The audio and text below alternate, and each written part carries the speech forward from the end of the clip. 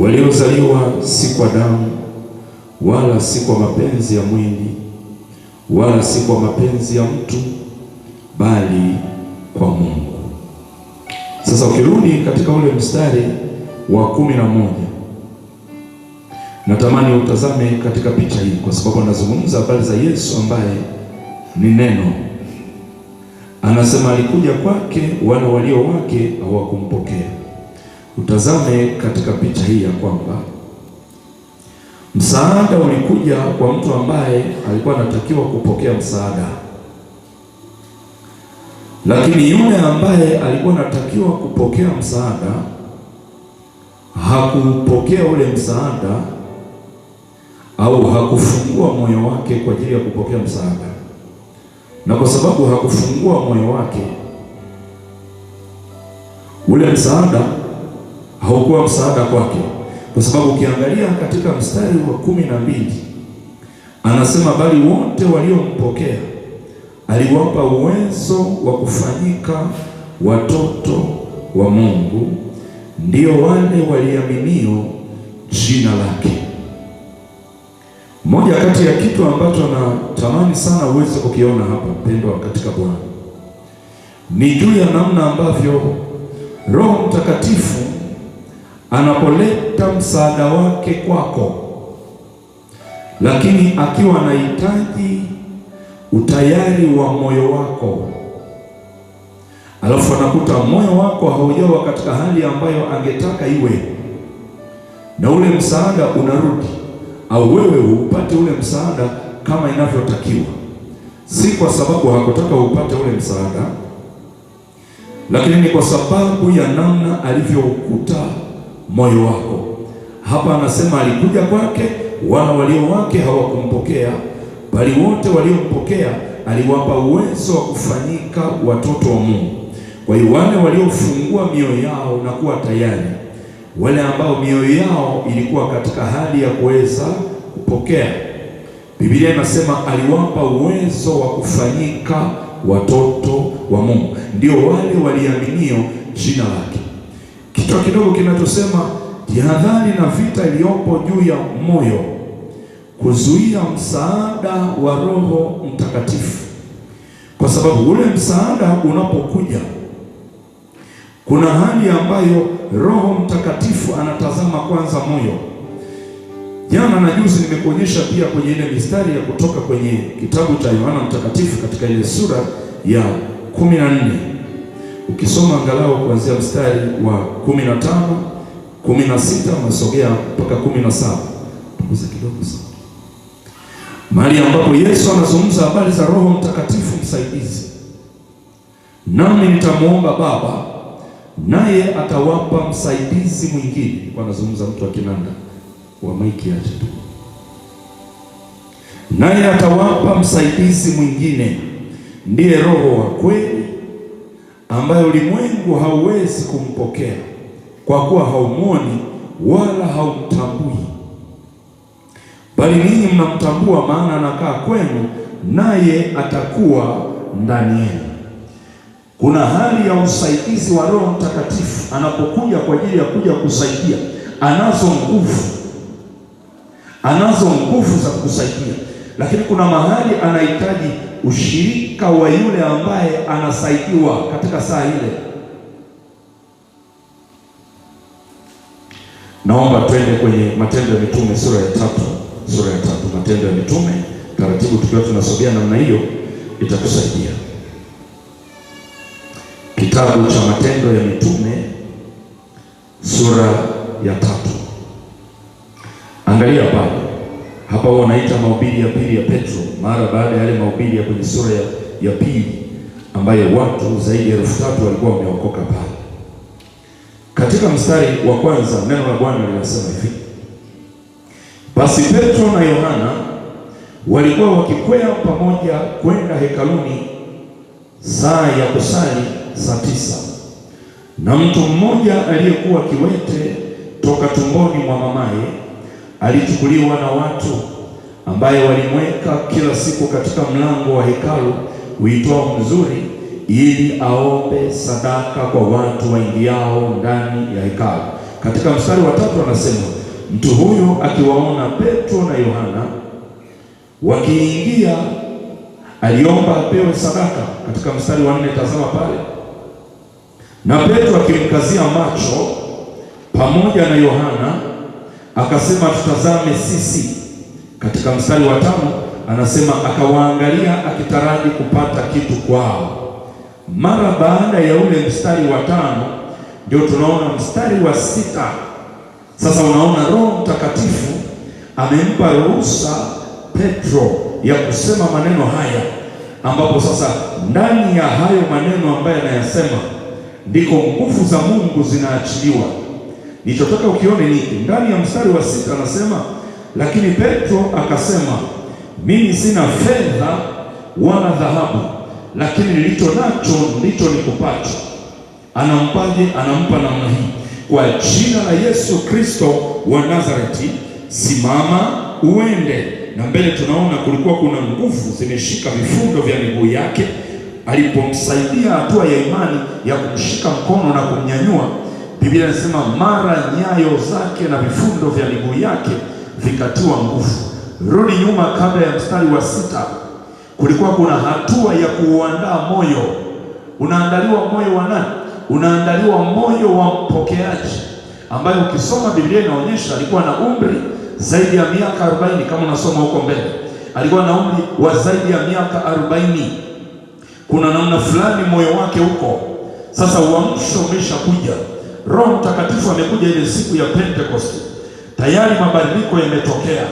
Wale wengine ambao walikuwa waoga, mfano akina Petro, sasa wamejazwa na Roho Mtakatifu. Wamekuwa watu wengine. Unakumbuka Petro alikuwa mtu muoga kabisa, lakini kwa mara hii amejazwa na Roho Mtakatifu, ni mtu mwingine kabisa, amekuwa ni mtu mpya kabisa. Unaona katika hii sura ya 3 wanakutana na jambo hili. Huyu mtu yuko kwenye mlango mzuri, lakini kabla hawajasema kwa jina la Yesu Kristo, simama uende, ninaamini Roho Mtakatifu ambaye alikuwa ameufunika anawaongoza juu ya kutoa msaada.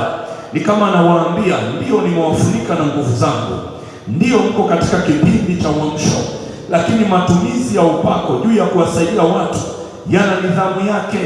Lazima kuna ngazi pia muweze kuangalia hali ya moyo wa mpokeaji. Sasa hali ya moyo wa mpokeaji ilikuwaje hapa? Ukiwa unasoma unaona namna ambavyo yeye yule mpokeaji toka mbali kabisa anawatazama kwamba hawa ni kama watu wengine ambao walikuwa wanakuja wanaingia ndani ya hekalu, alafu mimi nawaomba sadaka wananipa. Lakini amewatazama, ameona mbali namna ile. Biblia inasema namna ambavyo aliomba apewe sadaka kwao. Aliomba apewe sadaka kwao. Kwa maana nyingine hakufanya hilo kosa. Ni ndani ya huo mstari wa 3. Alipowaona aliomba apewe sadaka kwao. Lakini Petro akamkazia macho, kwa sababu sasa Roho Mtakatifu anawaongoza juu ya kushughulika kwanza na hali ya moyo, kwa sababu hali ya moyo ni ya muhimu sana. Kuna mahali unapotaka kupokea msaada wa Mungu aliye hai, kuna mahali yani upako wa Roho Mtakatifu unakuwa uko available. Upako wa Roho Mtakatifu unakuwa uko tayari kwa ajili ya kusaidia. Lakini kuna hali fulani ya moyo, namna ambavyo umekaa moyo, unaweza ukazuia Roho Mtakatifu asiruhusu ule upako, au moyo unaweza ukaruhusu Roho Mtakatifu aruhusu ule upako ili uweze kukusaidia. Na ukifunga moyo, je, kuna mahali ambapo upako wa Roho Mtakatifu haufanyi kazi mpaka hali ya mpokeaji imeandaliwa na kuweza kuwa tayari. Ndio maana ilibidi mistari kadhaa hapo nyuma, unaona yule mtu aweze kuandaliwa. Biblia inasema pamoja na kwamba ameomba sadaka, unaona Petro, Biblia inasema akamkazia macho. Anapomkazia macho, wanataka kuzungumza naye lugha ya kiroho, kwamba badilika ulivyokuwa unatazama. Zamani ulikuwa unatazama watu wengine kwamba ni watu tu wanaokupa sadaka kwa miaka yote hiyo, lakini sisi tumekuja kivingine. Kuna kitu tumekibeba ambacho bado haujakiona. Sisi hatujaja kwa jinsi ya kawaida. Zamani tulikuwa wa kawaida, huu ni muda wetu wa kiibada, lakini sasa tumekuja tumebeba upako wa Roho Mtakatifu wa Mungu aliye hai. Lakini ametuambia tusiachilie upako. Ni kama anauliza, huo upako mnauachiliaje?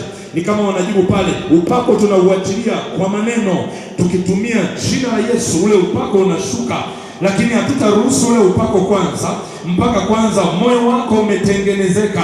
Kwani moyo wangu una shida gani? Moyo wako umekaa hapa wakati wote unasubiri kupata sadaka. Sasa kuna shida gani nyingine? Tazama kwa upya, tazama kwa upya.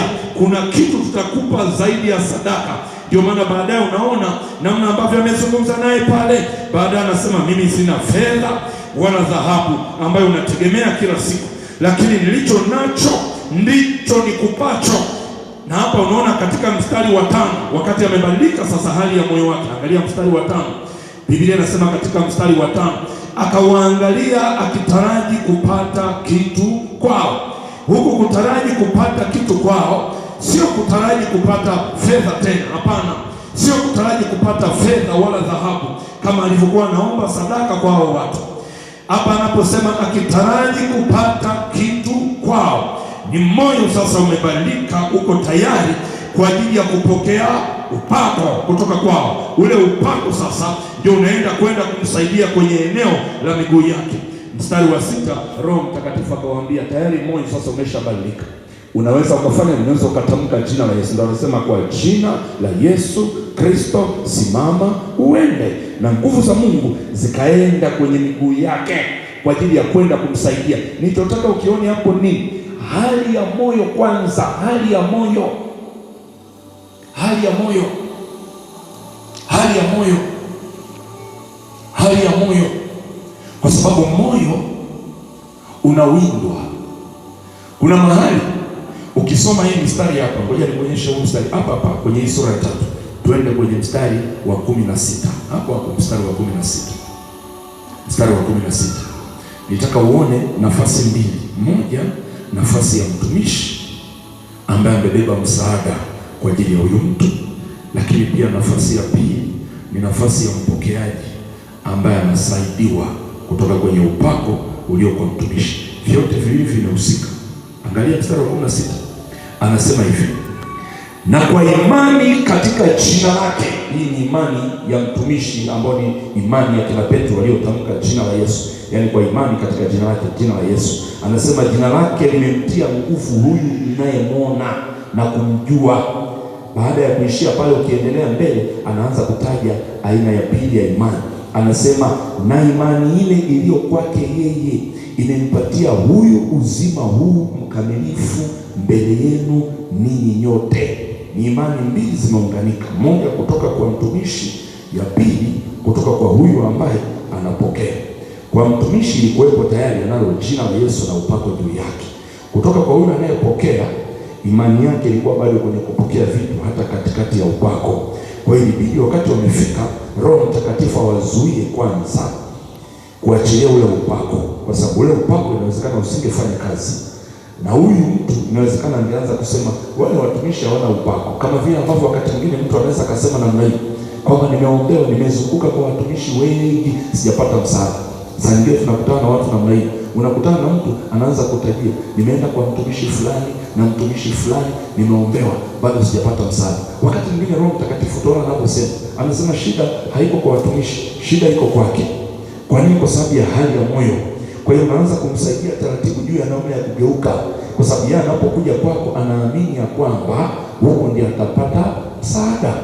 Kwa nini? Kwa sababu ya shida aliyo nayo ndani ya moyo.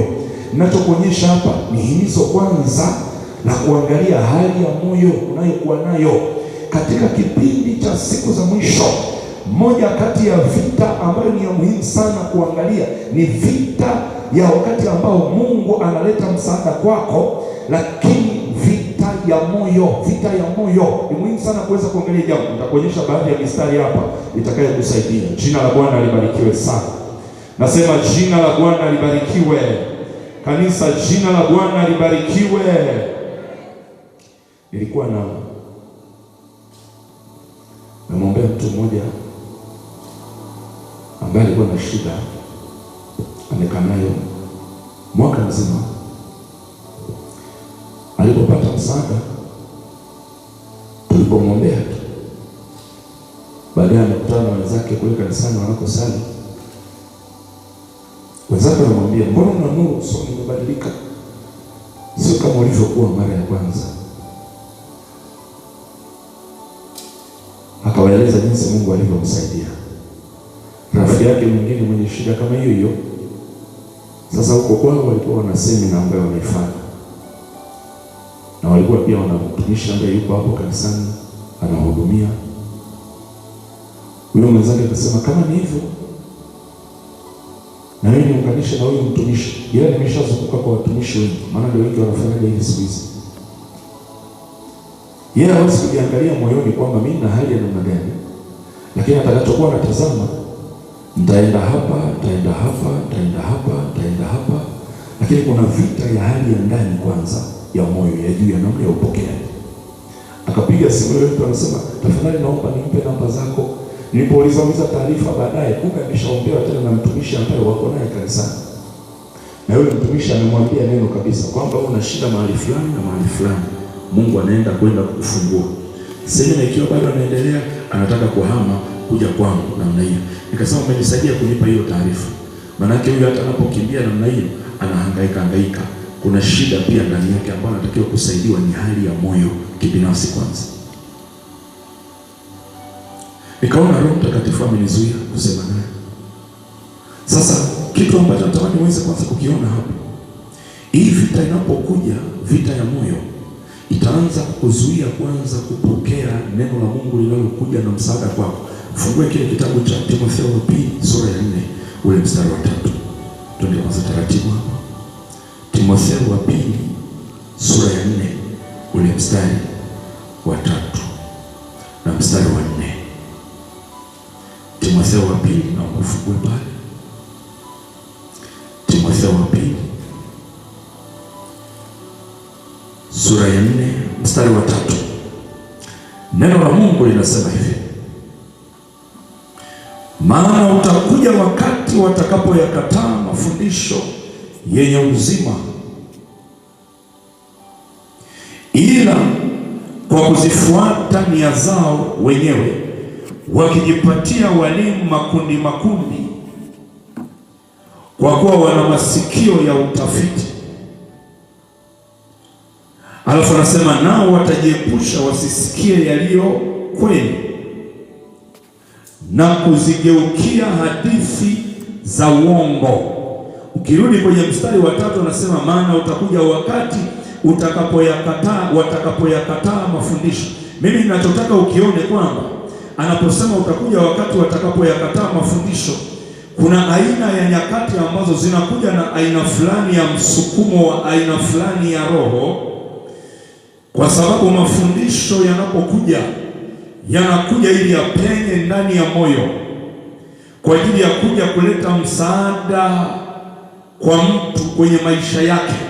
Na hapa kama unaona ni tahadhari ambayo ni mafundisho ya kweli yanakuja kwa mtu kwa ajili ya kuja kumsaidia, lakini inaonyesha upinzani utatokea ndani ya moyo wa mtu, na pengine si kwa sababu ya kutaka kwake. Hapana, kuna msukumo wa hiyo roho iliyokuja na hizo nyakati, imemtengenezea aina fulani ya nia, wakati mwingine bila hata yeye kujua, anajikuta tu kuna aina fulani ya fundisho halitaki. Lakini Biblia inasema ni fundisho la kweli ila halitaki, ni fundisho la kweli ila halitaki, ni fundisho la kweli ila halitaki. Kwa nini halitaki? Ile roho iliyokuja na wakati imetengeneza aina fulani ya msukumo ndani yake. Ndani ya moyo wa mtu kuna kitu kinaitwa nia, kuna kitu kinaitwa hisia, kuna kitu kinaitwa maamuzi. Sasa ametengenezewa ndani nia, kuna aina ya nia aliyonayo ndani ambayo imetengenezwa na aina fulani ya roho. Ndio maana unakuta sio mtu mmoja, wakati mwingine ni aina fulani tu ya makundi.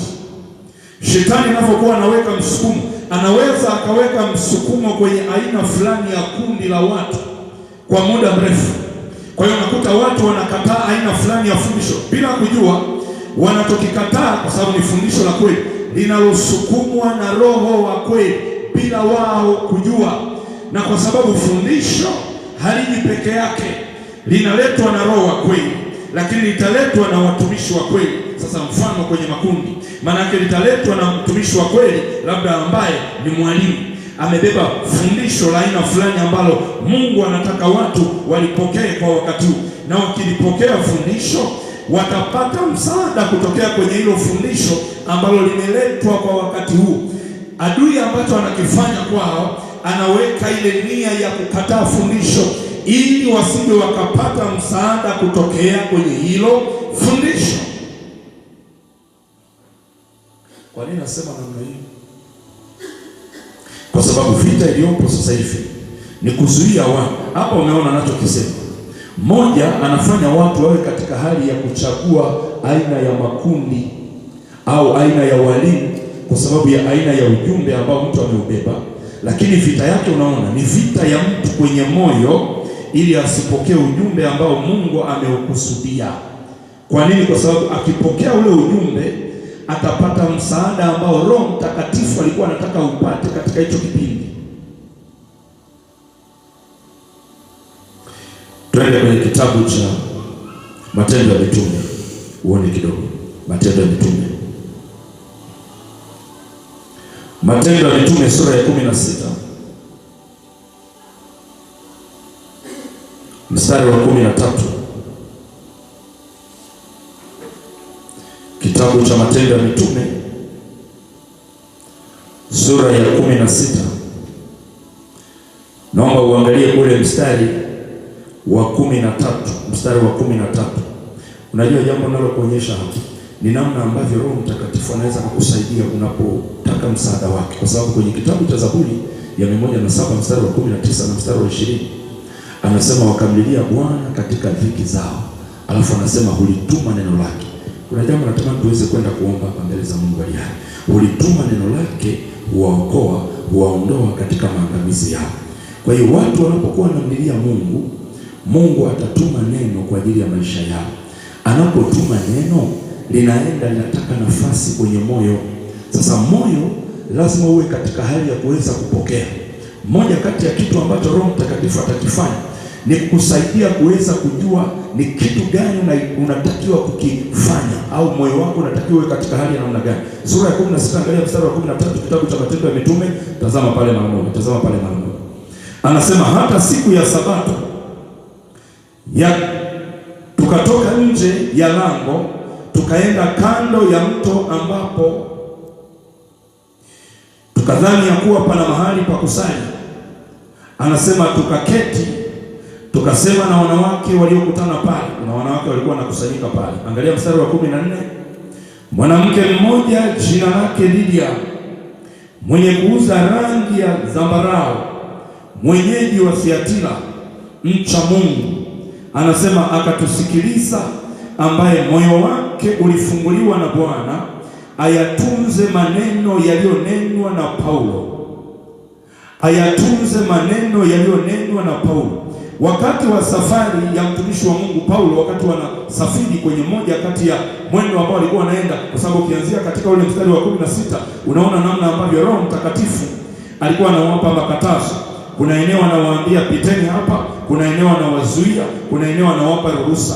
Kwa sababu ukisoma angalau kuanzia ule mstari wa 6 pale, unaona namna ambavyo walikuwa wanapata makatazo. Baadaye unaona Roho wa Yesu akuwapa ruhusa.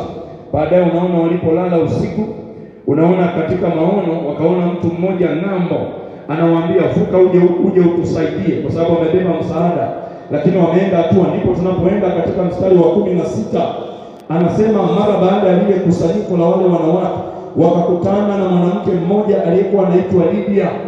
Mwanamke huyu kuna hali fulani ya moyo ambayo alikuwa nayo. Sasa ukiwa unatazama katika mazingira ya msaada wa Mungu anavyouachilia kwa watu, naomba uzingatie namna ambavyo Mungu anaachilia msaada kwa watu. Mungu akilituma neno, iwe imetuma ni mtumishi mahali popote pale, anapolituma neno mahali, kuna watu wanawaandaa mioyo yao kuweza kuwa tayari kupokea neno, kwa sababu anapopokea neno ndiye anapokea msaada. Sasa katika safari yao yote unaona anamtaja mwanamke mmoja ambaye alikuwa anaitwa Lidia, lakini natamani uweze kuona hii mistari mitatu. Anasema na mwanamke mmoja jina lake Lidia, mwenye kuuza rangi ya zambarau, mwenyeji wa Thiatira, mcha Mungu, akatusikiliza.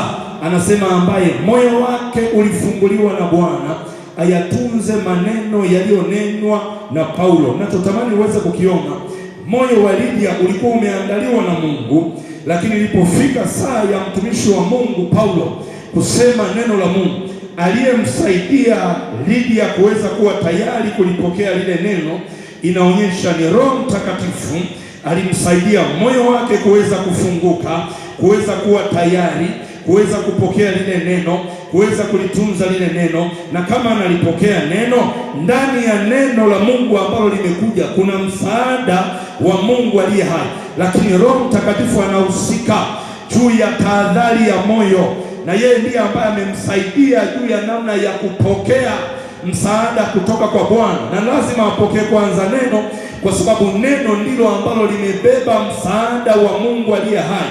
Ninachokuonyesha ni Roho Mtakatifu ndiye aliyemsaidia kwamba sasa moyo wako unaweza ukawa wazi kwa ajili ya kupokea hili neno. Mmoja, huyu mtumishi hajajileta mwenyewe, ni mimi nimempa neno, niliwazuia mahali pengine wasiende, wamekuja huku, lakini ni mimi ambaye nimewaleta. Kwa hiyo sasa fungua moyo wako uweze kuwa tayari kwa ajili ya kupokea msaada wa neno ambalo nimelileta kwako. Anayemsaidia mtu kupokea neno, Roho Mtakatifu anamsaidia kwa kumfanya moyo wake uweze kuwa mwepesi. Unisikilize kwa mfano huu. Nimekutana na mtu mwingine mahali, anasema, mtumishi, unajua kitu ambacho kimenitokea?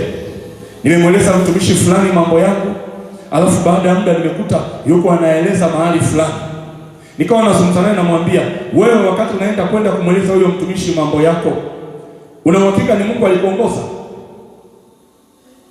Kwa nini nasema hivyo? Kwa sababu unapokutana pengine na mtumishi au unataka kusikiliza neno la Mungu, na sasa hivi unasikiliza neno la Mungu kutoka kwenye maeneo mbalimbali, inaweza ikawa namna hii unasikiliza, au kwa njia ya mtandao unasikiliza. Tahadhari ya moyo unayokuwa nayo ni ya muhimu, kwa sababu Roho Mtakatifu aliye naye kwa namna ya mwendo aliye naye kiibada ndiye atakuongoza namna ya kwenda. Sasa baadaye wakati nazungumza naye anasema, kwa kweli sina uhakika kama Mungu aliniambia. Yeye amefungua moyo wake, ameenda amemweleza mtumishi. Alipomweleza mtumishi naye ameabeba, ameenda ameyapeleka mahali pengine. Alafu yeye anaenda kule, anakutana na yale maneno yanasambaa. Anasema, moyo wangu umeniuma, sasa sitaamini tena watumishi. Nikamwambia, kwanza shida ilikuwa kwako, haikuwa kwa mtumishi kwanza. Kwa sababu kabla hujafungua moyo wako, Mungu anakuonyesha kwamba ni nani nimemleta kwa ajili yako, ana aina gani ya ujumbe ambao amebeba kwa ajili yako. Mtu anapokuja kwako au Mungu amemtuma kwako, chunguza pia na hali ya moyo ambayo uko nayo katika saa hiyo, kwa sababu Roho Mtakatifu aliye naye ndani yako, yeye ndiye ambaye wanashuhudia kwamba hili jambo alilobeba ni la kwangu, litakusaidia na wewe na uhuru wa kuweza kufungua moyo wako. Nakumbuka wakati mwingine nimekutana na mtu mwingine, alikuwa ananiambia, anasema, mtumishi, tuliitwa mahali fulani, yaani rafiki yake ni jirani, amemwita, amemwambia, njoo tumeita huku, kuna mtumishi ambaye yuko nyumbani kwangu hapa, Mungu amemtuma anasaidia watu wengi sana. Kwa hiyo wamekusanyika, na wengine ni watu wazima kabisa na wafahamu. Kwa hiyo wako nyumbani kwa hiyo ndugu yake, wamekaa wako wanasikiliza neno. Kwa hiyo amemwita na wewe, anamwambia, wewe njoo tu, karibu, Mungu atakusaidia, uende ni wakati wako kwa Bwana. Baadaye anasema, nikaona niende kwa sababu sasa ni rafiki yangu ananiita. Alipofika kule akakuta watu wamejaa sebuleni, na kuna mtumishi yuko pale anawafundisha, kumbe ni nabii. Baadaye anasema, na mimi nikakaa kwa ajili ya kusikiliza neno. Sasa yule nabii anaendelea kuwafundisha pale sebuleni, anaendelea kuwafundisha. Kwa nini nakwambia namna hiyo? Kwa sababu Roho Mtakatifu anasema moyoni pia, na utayari wa hali ya moyo wako mahali popote pale. Hata ungekutana na mtu mahali popote pale, kuna hali ya moyo Roho Mtakatifu atakuwekea ndani, ambayo wewe unatakiwa kuiangalia ndani, na kama pana msaada wako au pana shida. Kwa sababu kuna aina ya mashambulio ukiyapata kwenye moyo, uponyaji wake unakuchukua muda mrefu, wakati mwingine inakugharimu kipindi kirefu mpaka uje urudi kwenye mstari. Unakuta uliruhusu kitu ambacho kina madhara ya muda mrefu.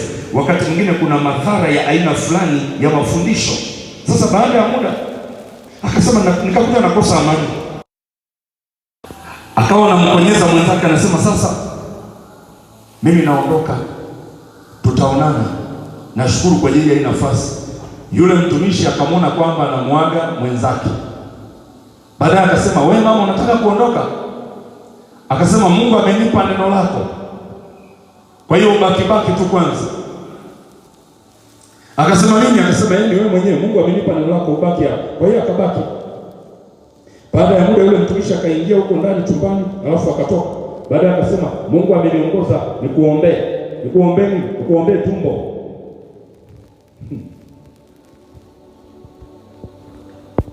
Mbele hao watu wengine wako hapo ndani. Sasa si wameshafungua mioyo yao. Nabii yuko hapa anaongea.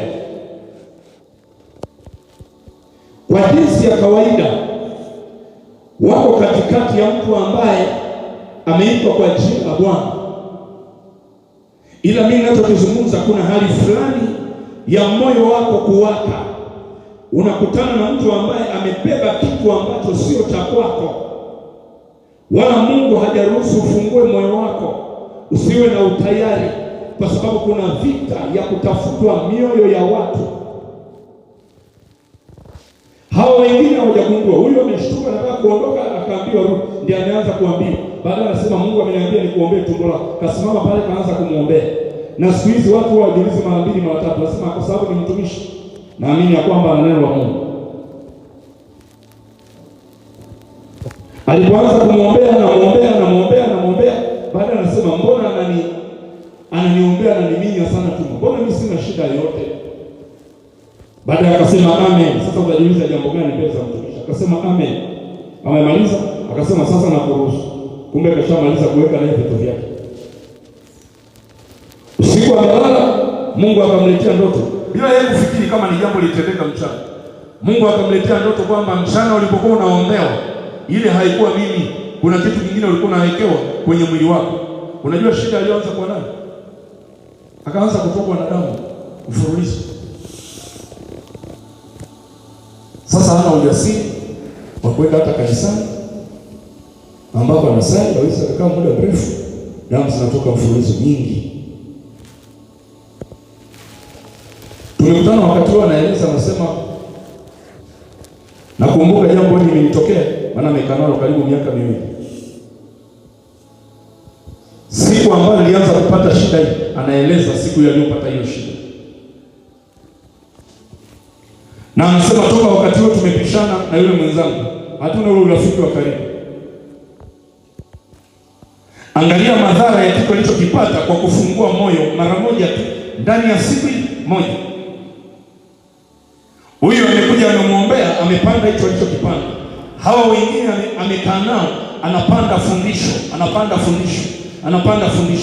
Na kwa sababu mtu ameshakuja anasema mimi ni mtumishi wa Mungu, na akishaongea maneno mawili matatu akatabiri, na ukaona ndivyo alivyo, unaamini tayari ni Mungu amesema.